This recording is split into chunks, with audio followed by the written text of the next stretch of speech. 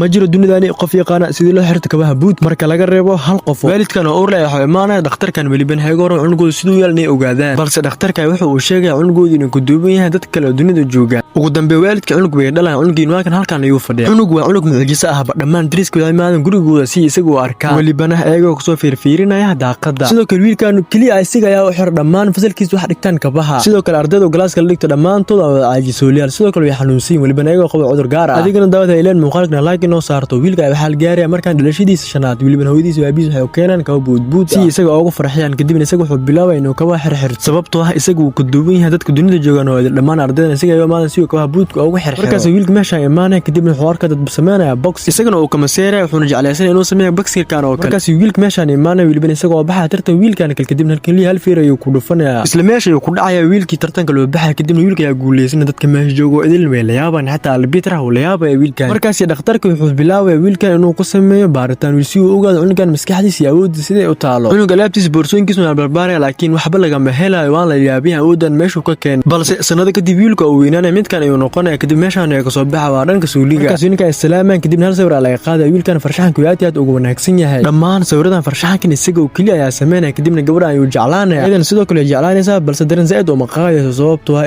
isaga isku dareen ma markaas uu habeenada kamid ah arkay iyadoo ninka la taagan laabta gelinaysa kadib daaqada ay ka soo xirnaysa sababtoo ah isaga iyo isku xaalad ay qabaan wiilka markaan wuxuu dareemay murugaati aad u far badan kadib meeshan iska go'oonaya sidoo kale wuxuu maanahay dhakhtarka si qaliin loogu sameeyo sababta wajigiisa inuu sidan si ahaado ma rabo isaga gabadhan sidoo kale xaalad isaga qaba oo kale ay qabtaa kadib ay arkaysa kabiso xiran yahay marayso boodisa kadib ay isfirfiirina labadooda kadibna meesha waxa ka dhalanaya jacayl aad u weyn isaga wuxuu yaqaanaa farshaxanka sidoo kale sida dadka wax lagu xirayo yaqaan aadan waa sidoo kale labadooda bixi qaan isku xaalad dadka dunida joogan oo idilna labadooda kaliya ayaa ka duub sababtoo ah ayaga wax walba dunida ka socdo way fahamsan yihiin laakiin dadkan kalma fahansan ayaga oo qaba xaalad gaar ah ugu dambeyn ninkan dadka isku raacnaanaya waliban isagu meesha ku dhex sameeysanaya ganacsi kaasoo in kaba loo xirxiro dadka sigii qoftiisana waxay go'aan ku gaarayaan inay is guursadaan waxay imaanaan maxkamad si ay labadooda isku guursadaan